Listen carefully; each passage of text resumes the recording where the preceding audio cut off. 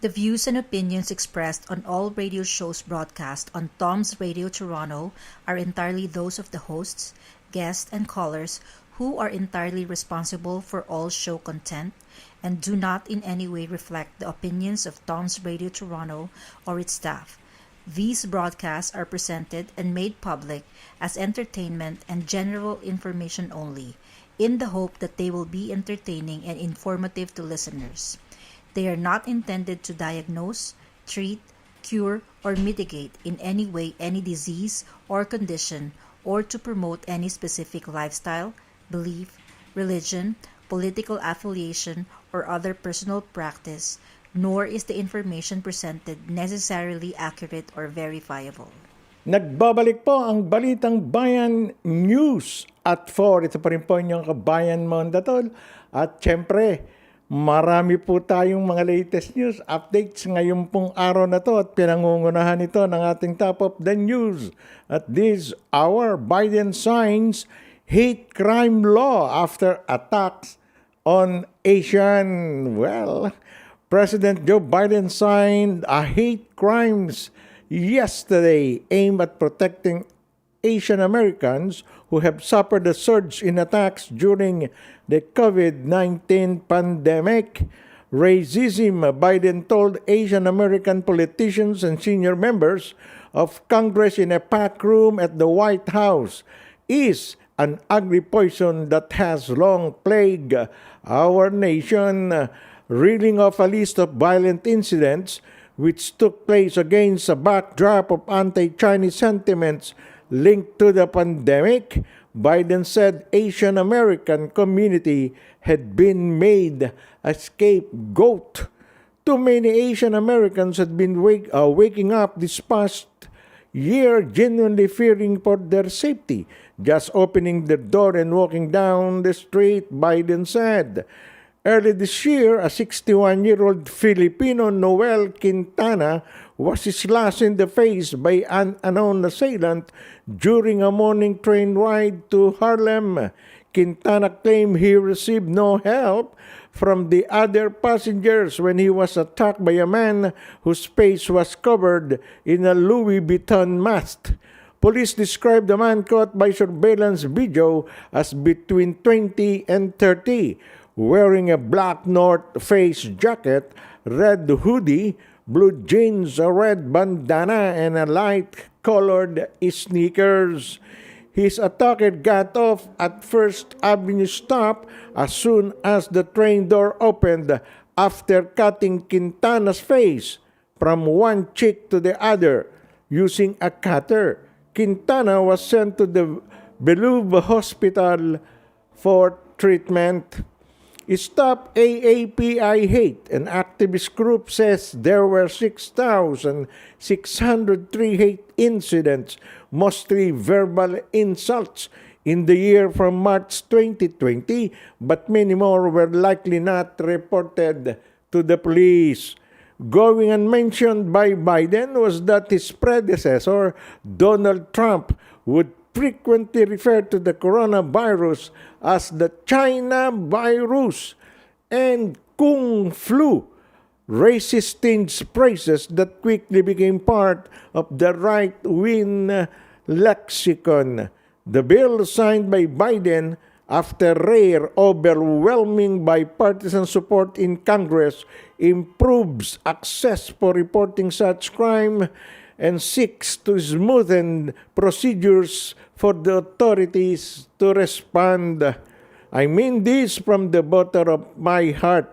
Hate can be given no safe harbor in America, Biden said. Silence is complicity. We cannot be complicit. Marami pong Pilipinong mga leader sa Amerika, mga Chinese at iba pa pong Asian leaders ang pinalakpakan po ang ginawan tong pagpirma sa batas ng Pangulo ng Amerika, Joe Biden. Akalain niyo po yun, ano? After the Black Lives Matter, Asian Hate Crime Campaign naman ang ginagawa sa atin dyan. Dito sa Canada, may nare-report po pero not katulad dun sa Amerika. Marami na pong nasaktang mga Asian dyan eh. Hindi lang Pilipino, mga Chinese, Vietnamese, Thailander. Pero ala ako nabalitang Hapon eh. Siguro takot sila sa Hapon. And Japan is a power. Malakas na puwersa po. Pero ang Chinese talagang kanilang inaasinta sa ang Pilipino. Ang Pilipino po kasi, kahit ano sabihin natin, kawangki, ika nga. Ang kawangki po, kamuka ng mga Chinese. Yung mata po natin, saka Chinese, parehas singkit. Nagkakakilala lang po ang Chinese at Pilipino sa kulay ng balat. Kasi po, ang mga Pilipino, kamukha kami ni DJ Ricky, brown. Ayan, hindi naman brown na brown. Light brown tayo. Mapusyaw-pusyaw pa nga eh. Ako mapusyaw ako pag winter eh. Bihirang maarawan. Pumuputi-puti ng konti. Saka ang backdrop ko ngayon black. Di maputi-puti yung aking skin. Anyway, nagpapasalamat po ang mga Pilipino at mga Asian countries, mga leaders sa pagpirma po, ginawang batas ni Presidente Joe Biden. Ayan, ako, kainam. Ngayon, hindi naman naibalita kung anong dapat na iparusa sa mga mahuhuling ganyan. No? Siguro, regular crime na rin siguro yun. At saka pag may nag-report, hahabulin na sila ng mga pulis. O hindi po ba? Ang sama nga naman yung ginawa ni Trump. Hinahangaan pa naman si Trump nung araw eh. Anong nag-uumpisa? Sabi namin, is economic genius. Businessman yan Billionaryong businessman. Sabi nung magkaroon ng virus tinawag niya Chinese virus. Tsaka kay mga Chinese kay Kung Flu. Anong klaseng leader yung nakakasira ng ng momentum ng pagka-respeto mo sa kanya nung araw, nung pagkahalal niya. Buti nga akala ko mananalo pa Pero handong pa rin po, ang daming naging Bira may pasugod niya yung Washington. Ang daming mga picture nakita mo, yung mga taong umaakyat sa pader. Sabi ko, ang dami ka akong naging Spider-Man. Bira yung pinasok nila yung White House na yun, anak ng dragon. Thank you very much, Mr. President Joe Biden. Well, sa isa pa pong balita, dito naman po sa Ontario, bumaba na naman po. Ayan, ito magagandang balita. Ontario COVID-19 cases deep below 2,000 again. Ayan. Daily COVID-19 infections in Ontario have dipped back under 2,000.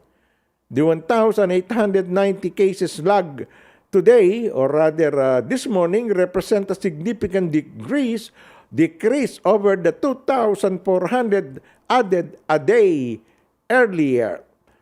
With 37,126 tests processed across the province in the past 24 hours, the Ministry of Health says the COVID-19 positivity rate is 5.2%. Since the beginning of pandemic, Ontario has recorded 518,980 lab-confirmed cases of the disease. That number includes 488,201 recoveries and 8,579 deaths. At least 27 of those deaths were reported in the previous day. The 7-day average for number of cases reported is 2,064. A week ago, the average was 2,615. Malaki po ang binaba. Right now, there are 22,200 active cases of the novel coronavirus in Ontario. Meanwhile, 1,265 COVID-19 patients remain in hospital, 715 of which are being treated in intensive care. Marami pa po yung nasa ICU. Most of the cases reported by the province to this morning were found in Toronto, 469, Peel Region, 468, at doon po sa amin sa York Region, 165. Ayan, Case numbers in the triple digits were also found in Hamilton, 111, and Durham Region, 107. Ontario is currently under a stay-at-home order which was recently extended and is set to expire on June 2. Yesterday afternoon, Premier Doug Ford unveiled a three-step reopening plan to ease pandemic restrictions, which is set to begin on June 14, starting with outdoor activities. Pero bukas, Sabado, bubuksan na po ang ilang parke kasama na ang golf course, tennis court, basketball court. Yan po, makapaglalaro na yung golfing buddies. Ayan. Meantime, more than 7.7 million doses of a COVID-19 vaccine has been administered across Ontario so far. At least 158,000 of those needles went into arms on Thursday alone. Wow, kahapon. Dami, ha? The Minister of Health says that 495,757 people have received both a first and second dose and are considered to be fully vaccinated against the disease. Yung ka rin po panawagan, kahit na naka-receive na kayo, fully vaccinated na, 2 dose, huwag nyo pa rin pong kalilimutang magsuot pa rin ng mga face mask. Ayan, at social distancing. Although, sa Amerika, yung CDC raw. Ayan. Pag na fully vaccinated na raw ang mga kano, ika nga, ha? Pwede nang hindi gumamit ng maskara o ng mask. Alakain mo yun, DJ Ricky. No? Magkaiba, no? Ayaw ng Canada na tanggalin kagad sa US, okay na yun eh. Tapos na yung pandemic, 2 beses na natara na ng vaccine eh.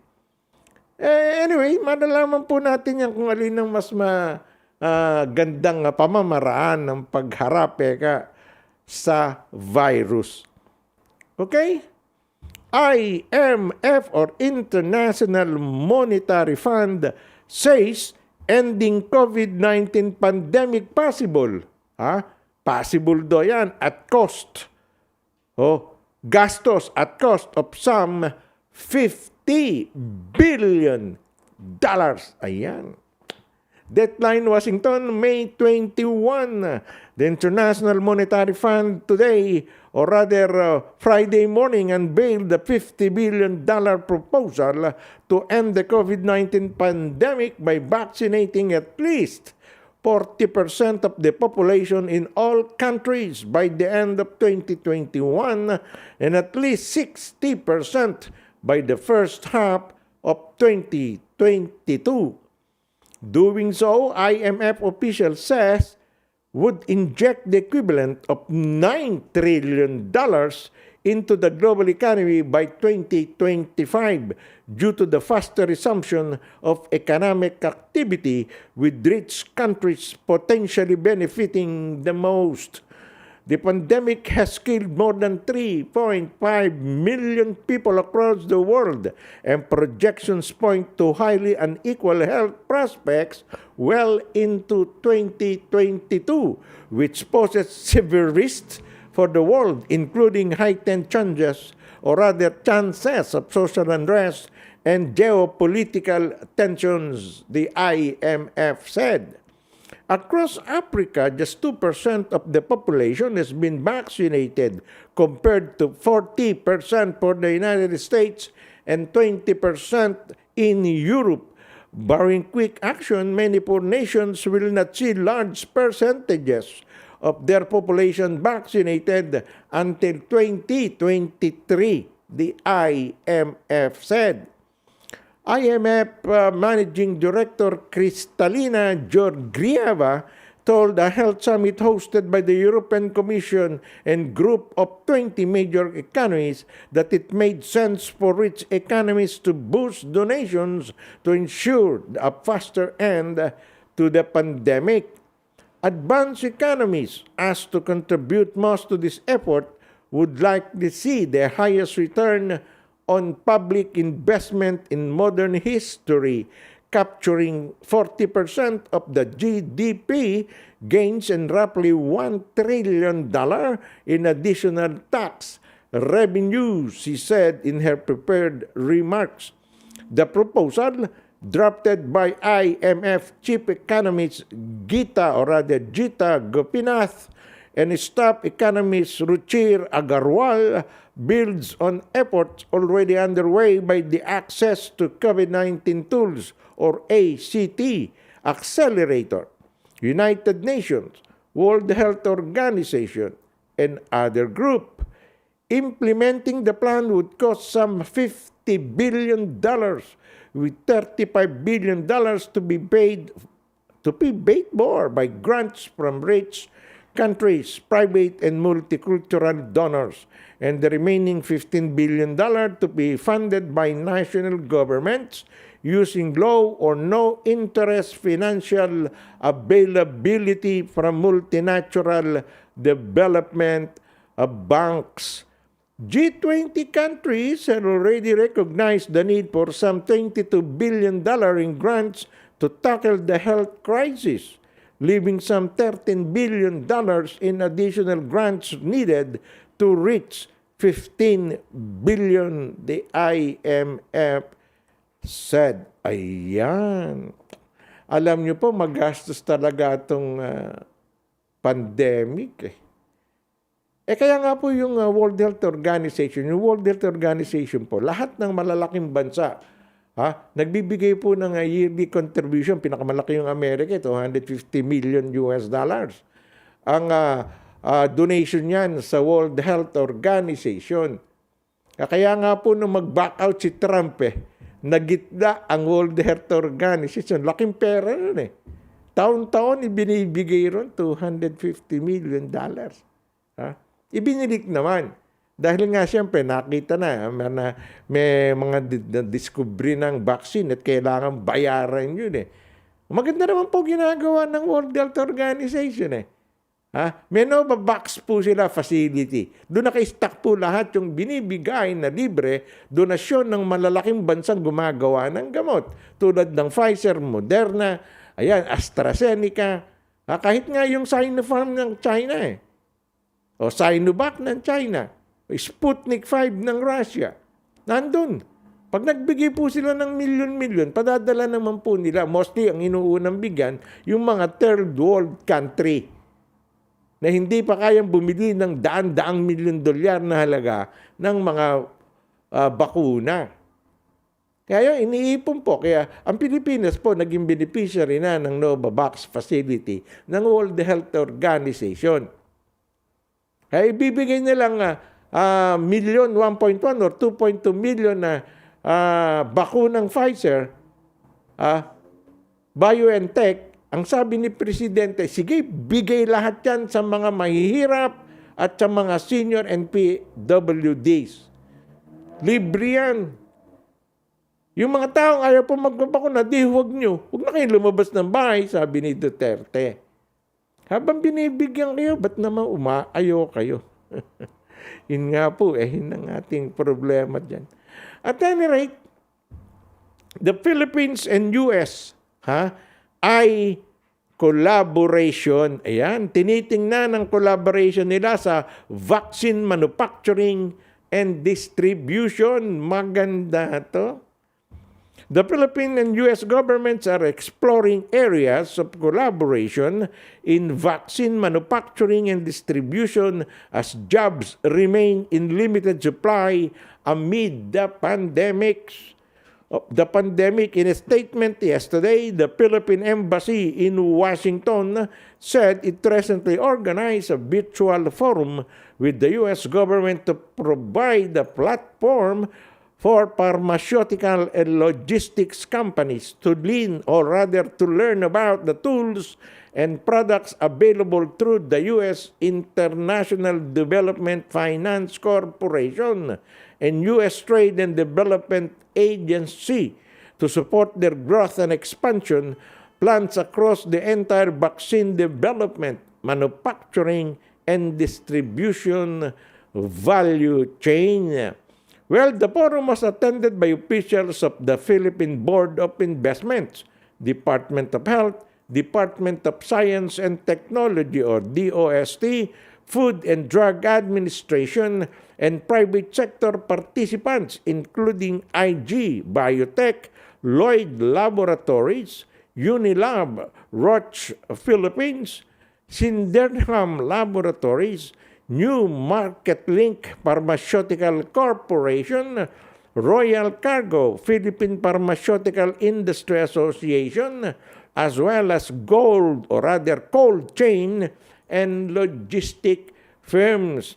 Well, the COVID-19 pandemic and the limited global supply of vaccines have magnified the importance of building domestic capacity that would ensure some degree of vaccine self-reliance critical to prepare countries to deal with future pandemic. Ambassador to the U.S. Jose Manuel Rodriguez said, while Washington has provided assistance to the Philippines COVID-19 response through the additional 170 million peso funding from the U.S. Agency for International Development to further support vaccine delivery through the COVAX facility, empowerment of Filipino health workers, boosting of testing and treatment capabilities, and expansion of water, sanitation, and hygiene services.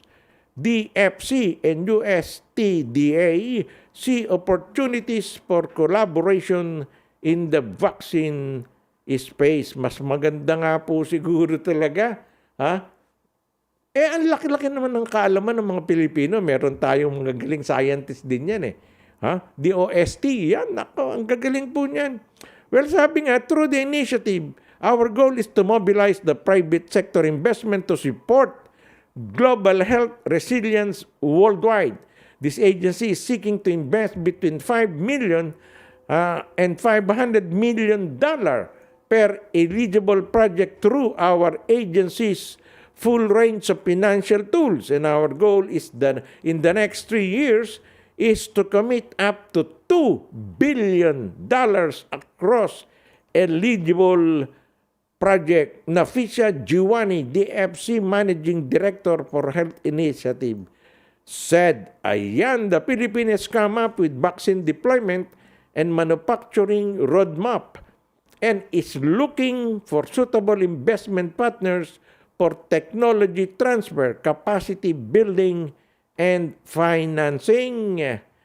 Ayan po. DFC Director for Indo-Pacific, Erin Murphy, expressed hope the beginning of the conversation would result in continued collaboration between the two countries to develop a resilient healthcare sector in the Philippines. Alam niyo po mga kababayan, noong pa sinasabi na natin, may pabunan laboratory and clinic. Ayan, nasa probinsya po yun, sa San Fernando ata, La Union, or somewhere there, in Northern Luzon, o Pangasinan, or wherever there. Matagal na pong gumagawa rin ng gamot yun eh. Magkakapatid na doktor at saka abogado, yung may-ari niyan. Meron silang pabunan na COVID-19 vaccine. Hindi ata inapurbahan yun for clinical testing ng Food and Drug Administration at saka ng Department of Health. For what reasons and for what dahilan? Hindi inapurbahan. Ayaw nilang pansinin daw. Ang ginawa ng Fabunan Brothers, nagpunta ng Jakarta sa Indonesia. Inilapit doon sa Ministry of Health. Tinanggap, tiningnan, nag-clinical trial. Balita ko, isa na yun sa gagamitin yata sa Indonesia. Kung bakit naman yung mga kasarili niyong kababayan na scientist sa Pilipinas. Baka naman di marunong maglagay ito. Ay, ano ba yun sinasabi ko? Hindi rin marunong maglagay yung pabunan laboratories, yung mga brothers. Straight daw bituka niya. Ala pong straight na bituka. Lahat po ng bituka, pabilog. Sa loob ng tiyan, pakilos-kilos yan. Hindi pong, diretso bituka niyan. Hindi po, wala pong diretsong bituka. I'm just joking. At any rate, ano na nangyari sa pabunan? Talaga bang yan doon na magbebenta ng bakuna, doon nagagawa ng bakuna para sa COVID?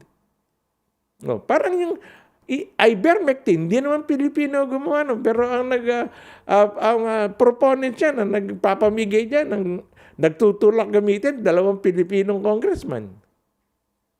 Yung pabunan, made in the Philippines, puro Pilipino yan, ayaw suportahan ng sariling kababayan. Kung si era pang presidente, huwag naman po magagalit yung ating Tatay Digong. Sapagkat suportado ko yan, suportado namin yan. Pero kung kay Erap nangyari yan, Pilipino muna. Ayan. By Pilipino. Ayaw nga ni Erap magsalita ng English Kahit pagsasalita, Tagalog po muna tayo. Di ba ganun? Magaling si Presidente Duterte. Ang problema ba, may mga member siya ng kabinete or mga circle of friends na talagang puro amuyong ang dating. Ano ba kaya amuyong? Hindi pa na bulong. Yan ang bulong brigade. Bulong ng bulong sa Pangulo. Para makakuha ng yung pampadulas. Nako, bibigyan sila ni Tatay Digong pampadulas. Heto langis. Padulasin mo kami mo. Linti ka, sasabihin lang.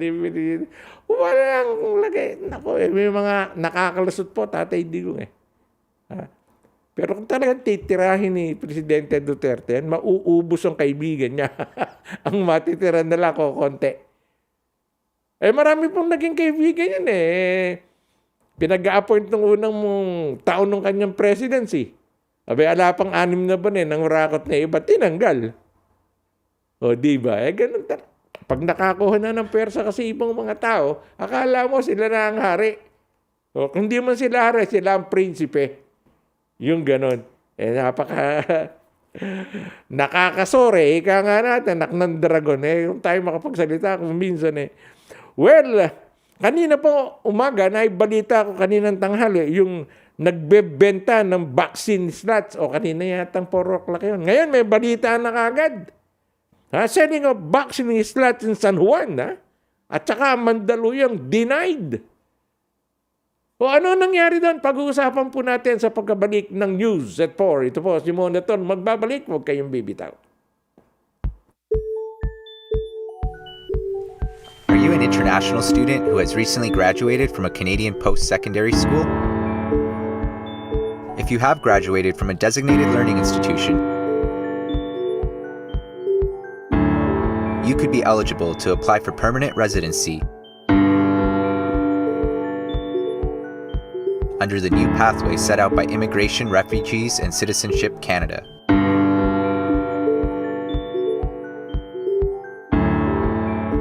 Contact Genesis Immigration Consulting.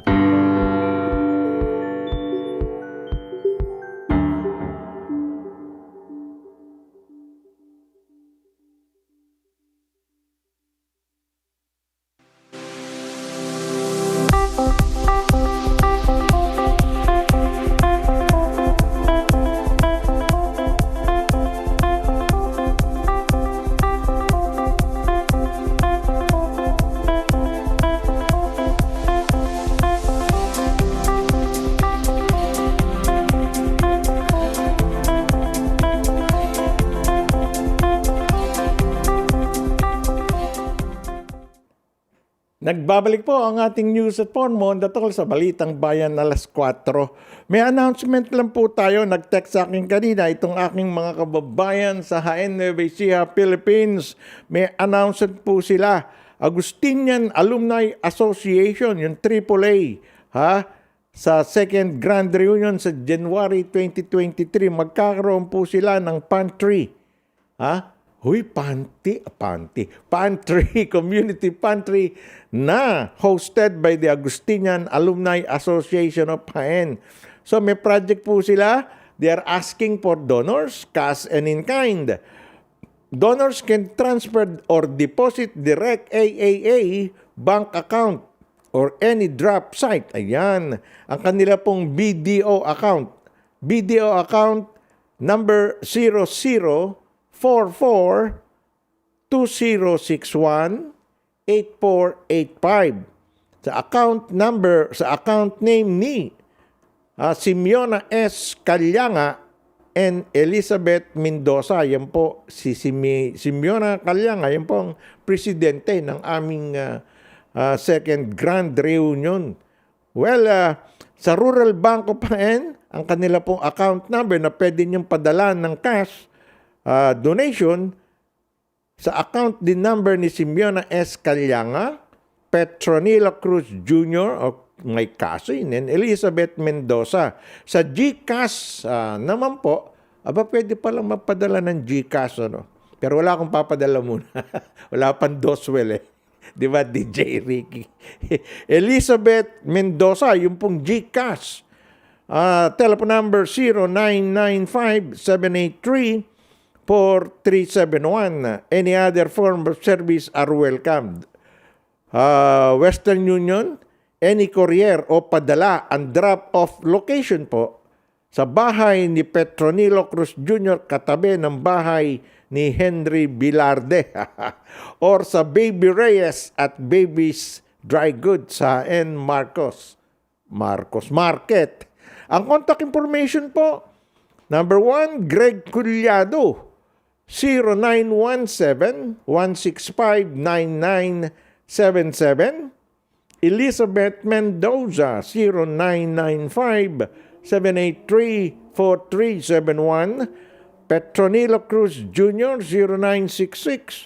0966-930-1950. Baby Reyes, 0908-806 at 0374. At ang aking pong kaibigan, June Aquino. Thank you very much, June. Si June Aquino po, engineer yan. Nasa Russia siya ngayon. Siya po ang aming admin. Ayan, Vice President. Vice President po ng AAA Second Grand Reunion Homecoming slated January 2023. Wala nang COVID noon. Makakauwi na tayong lahat noon. Pero kailangan buhay pa tayong lahat noon. Ingat po, para lang tama ng COVID, ha? Ating semi, ha? Nabasa ko na yan, June, ha? Alright, selling of vaccine slots in San Juan at Mandaluyong denied. Ayaw aminin. Ito po ang storyang yan. The mayors of Mandaluyong and San Juan City yesterday refuted reports that COVID-19 vaccine slots are being sold in their cities. Mandaluyong Mayor Carmelita Abalos denied that COVID-19 vaccine slots are being sold for a price. Sabi po ni Mayor, libre po ang lahat ng bakuna laban sa COVID-19 na ibinibigay sa lahat ng residente at hindi residente na lungsod at nagtatrabaho sa Mandaluyong, sabi po ni Mayora. Abalos issued a statement after a netizen posted on Twitter that vaccine slots are being sold in Mandaluyong and San Juan. Sabi ko Mandaluyong lang yung nabasa ko, pero may San Juan din pala. The netizen with Twitter handle at Danina Elaine posted a screenshot of a supposed conversation between two persons involving a transaction for COVID-19 jobs in exchange for cash. Ayun. One of the persons in the conversation said to be a seller claimed an individual can get a slot for 2 doses of Sinovac for 8,000 pesos and up to 12,000 for other vaccine brands. The unnamed seller said they have contacts from the city governments of San Juan and Mandaluyong for reservation of vaccine slots. Abalo said people who signed up through the online registration are the only ones up for vaccination. Yung hindi po nagparehisto, hindi kayo mababakunahan. She urged people in information about individuals who are asking money in exchange for COVID-19 jobs to report them to the authorities. Meanwhile, San Juan Mayor Francis Zamora said they contacted the netizen who posted the alleged scheme to get more details about the persons claiming to have access to the city's vaccination program. Whoever is claiming to have contacts with the San Juan City Hall selling our vaccine slots is propagating a scam. Yan po ang sabi ni Mayor Zamora. Vaccines are given to city residents and other qualified individuals for free, he said. Meanwhile, the number of COVID-19 patients at the Mandaluyong Public Hospital went down by 60%. Wow, ang dami nun. Ang taas ng pagbagsak, ha? Jimmy Isidro, City Public Information Officer, said 45 of the 75 COVID-19 beds at the Mandaluyong Center are occupied. 45 of the 75. Maraming bakante. There are 486 active COVID cases in Mandaluyong.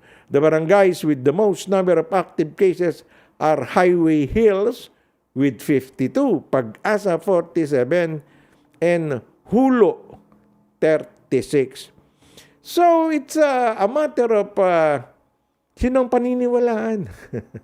Yung bang nag-expose na meron pang pinakitang screenshot nung palitan ng messages or yung dalawang mayor. Mayroon pong humusga rito, pero ako, sasabihin ko lang dito, ang mayor hindi aamin yan. Okay, hindi nila alam, pero yung kanilang mga tauhan, marami pong ganon. Ang daming ganon. Hindi ba? Parang kutsero lang yan. Takbo ko kabayo ko. Hindi nga alam na mayor, pero yung kanyang mga amo, yung mga alalay niya, laam na laam. Sila nga medyo kumikita dyan kung sakalin totoo ito eh. You could say, ito totoo, pero may mga nakita nyo, ebidensya, screenshot. Hindi naman magluluko yung screenshots eh. Yung mga messages.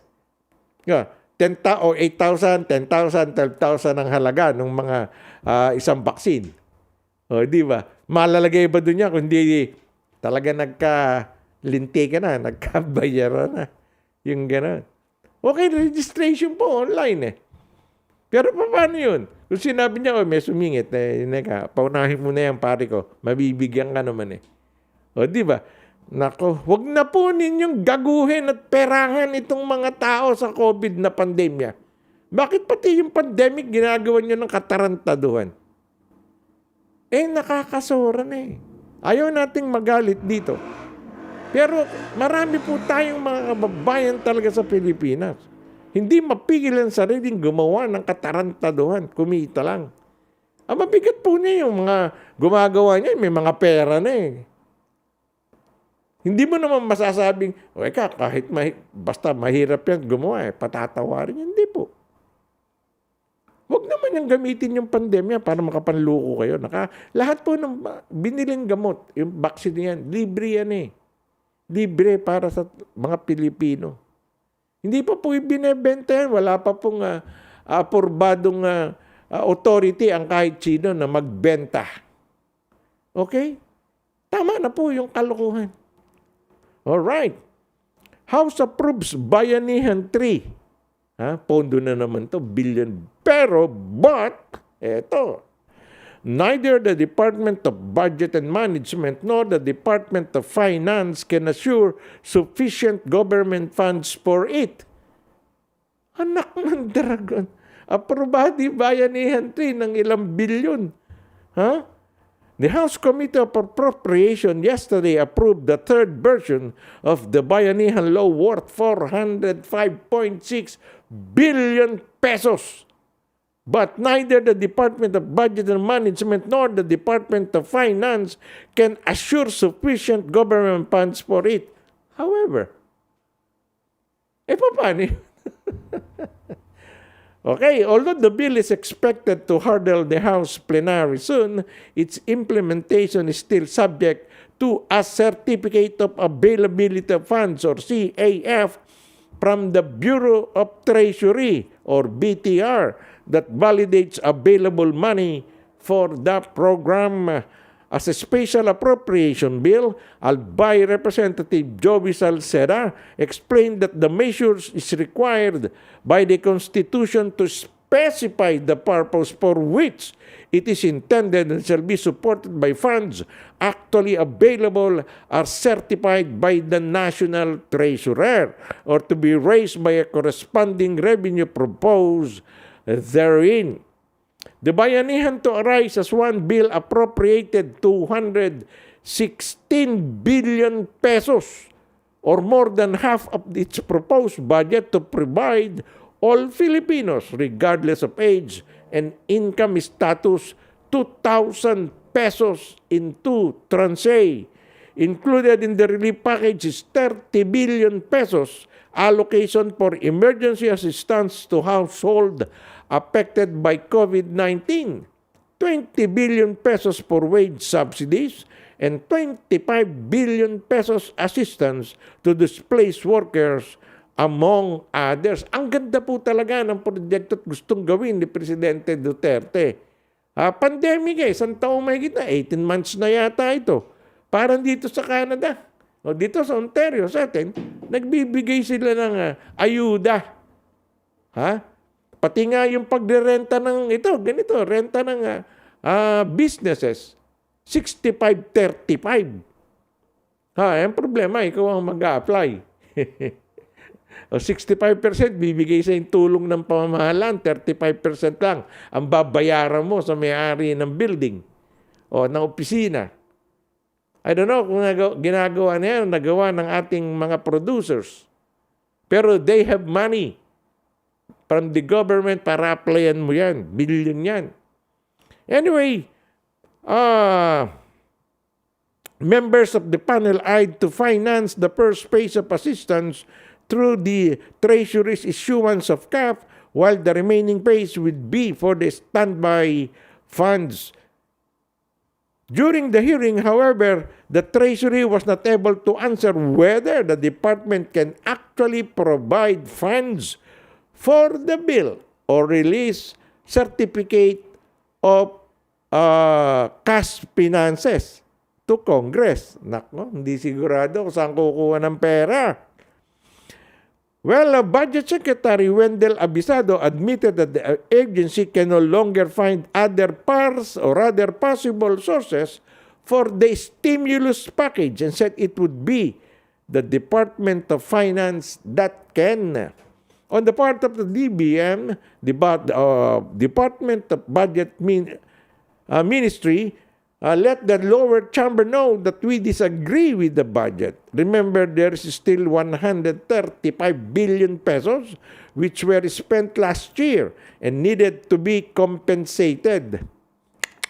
Abisado said if DBM, Department of Budget Management, would still bear the responsibility of funding the measure, ongoing government projects would be in peril.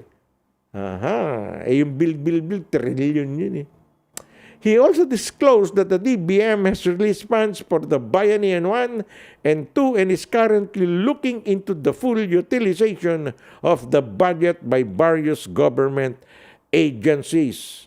This is to see whether there are still there are unutilized funds that can be turned into savings and repurposed to other pandemic response project. He added, the Department of Finance, however, said it would rather focus on funding the national COVID-19 vaccination program kesa doon sa pamimigay ng cash ayuda. Ano po talaga inyo? Unahin muna yung pambili ng bakuna o bigyan ng ayuda yung mga mahihirap na mamamayan. Sinasabi ko lang po noon pa, wala pong Pilipinong namamatay sa gutom. Pero ang dami na pong Pilipinong namamatay sa COVID-19 pandemic na yan. Ngayon, kayo po ang magbigay ng opinyon. Ang pera po bang inilalaan sa Bayanihan 3? Unahin ng kamay, bulsa ng sinasabing mahihirap na ilang milyon yan? Taon-taon, buwan tumatanggap. Or, ibili muna lahat ng bakuna, vaccine. Yung billion-billion na yan. Nga sabi ko, wala pong namamatay na Pilipino sa gutom, pero ang dami pong Pilipinong namatay na sa COVID-19. Kayo na po ang humusga. Ayan, iiwanan po namin sa inyong mga kamay ang desisyon. Ala naman pagkukunan ng pera, nakita naman po ninyo. Inapurbahan yung 400,000 billion or 426 billion. Gaano karami ba yun? Hindi nga kayang 405.6 billion. Hindi nga kayang bilangin niya ng 7 may diferensya sa utak Anyways, balitang sports, ito, hinihintay ng ating mga kalalakihan. 3-cornered fight. Stephen Curry will be seeking his third award and Nikolai Jokic and Joel Embiid are aiming for their career first after the National Basketball Association announced its 3 most valuable player finalists yesterday. Golden State Warriors All-Star Curry hopes to add to the most valuable player awards he won in 2015 and 2016. While Philadelphia 76ers big man Embiid or the Denver Nuggets Jokic or Joker could become the first center since Shaquille O'Neal in 2000 to take the honor. Huli pa lang tumanggap na sentro. Shaquille O'Neal in 2000. Well, if they finish 1 and 2, then Jokic and Embiid would become the first international players to do so since 2006 to 2007 when Dick Nowitzki won the award and Steve Nash finished runner-up. Si Steve Nash po, yan po ang nag-iisang Canadian basketball player na nanalo back-to-back MVP sa NBA. The best guard nung naglalaro yan sa Phoenix Sun. Siya po ang coach ngayon ng Brooklyn Nets. Ayun, super team do yun. Ang dami nga doon ng pinakamagagaling na basketball player. Kyrie Irving, Durant, si Griffin, nandun lahat Yan ang sinasabi nilang magcha-champion at posibleng makakalaban para sa Eastern Conference. Ang dami Philadelphia 76ers ang number 1. Susunod ditong anyways. Well, the league also announced its finalists for its 5 other regular season awards. Coach of the Year, Defensive Player of the Year, Most Improved Player, Rookie of the Year, and Sixth Man. Ayan. Curry led the league in a number of scoring categories and set Warriors franchise records. Curry became the oldest player to lead the league in scoring since Michael Jordan, averaging 32 points per game. He also led the league in three-pointers and moved into second place all-time in threes made. Curry also broke the Warriors' all-time record in scoring and assist. Meanwhile, Jokic is being considered as the frontliner for the league's highest individual honor. He enjoyed one of the best offensive seasons in NBA history, averaging 26 4-point points, 10.8 rebounds, and 8.3 assists. The Serbian Zlatan is also shooting 38% from three-point range and 86% from the foul line. The Sixers compiled the best record in the Eastern Conference, thanks to Embiid's career best season. Embiid is averaging 28.5 points, 10.6 rebounds a game.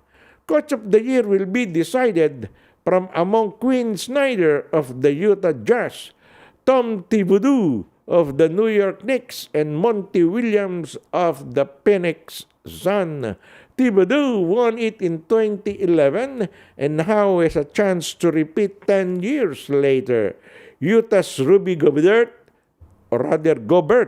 Golden State Draymond Green and the 76ers Ben Simmons are the finalists for the Defensive Player of the Year.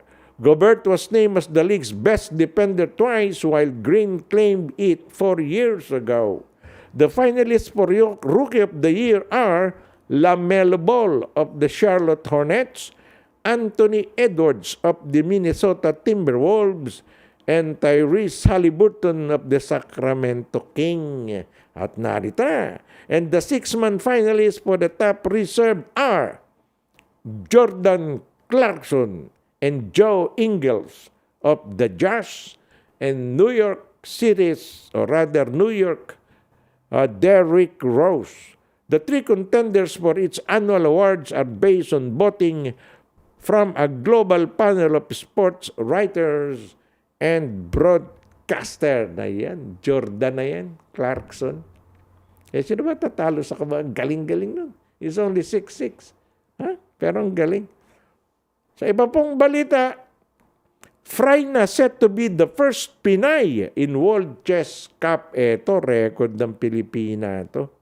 The country's first and only women Grandmaster Janelle May France is now also set to be the first Filipina to play in the Women's World Chess Cup set July 10 to August 6 in Sochi, Russia. Freyna, who turned 24 last Wednesday, was nominated by the National Chess Federation of the Philippines along with men's bet international master Paulo Bersamina, who will join IM's Daniel Quizon and Michael Concha Jr. in the men's World Cup set August 1 to 28 in Minsk, Belarus. Quizon and Concha earned their spot by finishing first and second in the Asian Zonal 3.3 Championship 2 weeks ago. And since Freyna will also represent the country in the Hanoi Southeast Asian Games in November, she had to cut short her army training at the Camp O'Donnell in Capas Tarlac to start preparation. That's why we are thankful to a lot of people who help us get Janelle to resume her training for the World Cup and SEA Games, said National Chess Federation Chief Executive Officer o CEO and National Women's Team Coach Grandmaster Jason Gonzalez said. Gonzalez was referring to POC President Abraham Bambol Tolentino, Philippine Sports Commission Chairman William Ramirez, and CFP President Prospero Pichay Jr. and Undersecretary and Presidential Advisor on Military Affairs Lieutenant General Arthur Tabaquero. Showbiz Lady Gaga, isiniwalat na biktima siya ng rape at nabuntis ng producer noong siya ay 19 years old. Naku, kawawa naman pala ito. Inilahad ng American pop star na si Lady Gaga ang pinagdaanang matinding pagsubok sa buhay noong 19 years old siya nang maging biktima siya ng panghahalay ng producer at mabuntis. Sa isang episode ng The Me You Can See, ang Apple TV Plus docu-series ni na Prince Harry at Oprah Winfrey, sinabi ni Lady Gaga na kinailanganan niyang magpagamot dahil sa kanyang mga naramdaman. I was only 19 years old and I was working in the business, and a producer said to me, "Take your clothes off." And I said no, and I left, and they told me they were going to burn all of my music. Pahayag niya na hindi mapigilan na maging emotional. They didn't stop asking me, and then I just froze, and I don't even remember. Patuloy pa ni Lady Gaga. Paglalahad pa niya, I realized that it was the same pain that I felt. The person who raped me dropped me off pregnant on a corner by my parents' house because I was vomiting and sick because I'd been abused. Sinabi pa ng mga awit na nakaranas siya ng total psychotic break matapos ang panghahalay. I've had so many MRIs and scans. They don't find nothing, but your body remembers. I couldn't feel anything. I was disassociated. Paglalahad niya. Well, ayon pa sa mga awit, tumagal na mahigit 2 taon bago niya natutunan na kontrolin ang kanyang mental health issue dulot ng pang-aabusong naganap. I don't tell this story for my own self-service. I've been through it and people need help. Paliwanag niya. Wala rin siyang balak na pangalanan kung sino ang naturang producer na umabuso sa kanya. I don't even want to face that person again. Sabi pa ni Lady Gaga, nakakaawa naman pala. Mental health issue rin pala sa kanya. Well, yan po ang kabuuan ng ating News at 4, Balitang Bayan ngayong Biyernes. Bukas po, Sabado, Datol Order. Alas 12 ng tanghali, susundan po ng Tinig ng Bayan ni Rolly Mangante. Hanggang bukas po muli, in behalf of our producers, Cecil Araneta and Josie Slaya, and our talented handsome boy like me, DJ Ricky Q. Ito po ang inyong kaibigan mo, Datol. Magandang hapon po sa inyong lahat. Are you an international student who has recently graduated from a Canadian post-secondary school? If you have graduated from a designated learning institution, you could be eligible to apply for permanent residency under the new pathway set out by Immigration, Refugees, and Citizenship Canada.